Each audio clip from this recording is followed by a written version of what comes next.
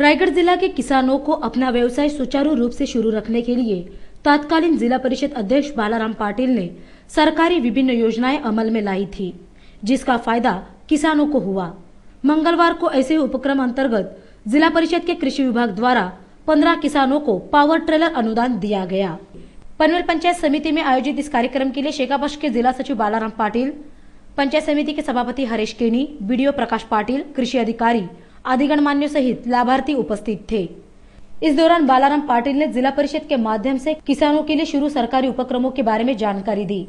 आपण जिल्हा परिषदेच्या माध्यमातून अनेकविध योजना या ठिकाणी चालू केलेल्या आहेत आणि त्याचा लाभ पनवेल आणि उरण पट्ट्यातील शेतकऱ्यांना जास्तीत जास्त मिळावा असा प्रयत्न निश्चितपणाने सातत्याने आम्ही मंडळी करत असतो।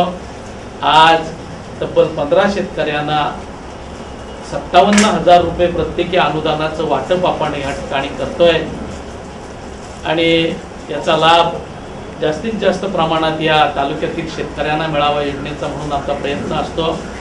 आज शहरात पनवेल तालुक्यातील शहरांचं क्षेत्र वाढत असताना या तालुक्यामध्ये दूध डेअरीचा आणि पोल्ट्रीचा विकास मोठ्या प्रमाणावर करण्याचा प्रयत्न आम्ही मंडळी करतोय। या साऱ्यातून शेतीचं क्षेत्र जरी कमी झालं तरी त्याचा उत्पन्न वाढलं पाहिजे हा आपला प्रयत्न आहे आणि ते उत्पन्न वाढलं तरच शेतकरी आपली जमीन टिकवून ठेवणार आहे। त्या दृष्टीनं या ठिकाणी 15 शेतकऱ्यांना आपण प्रत्येकी 57,000 रुपयाचं अनुदान उपलब्ध करून दिलेलं आहे।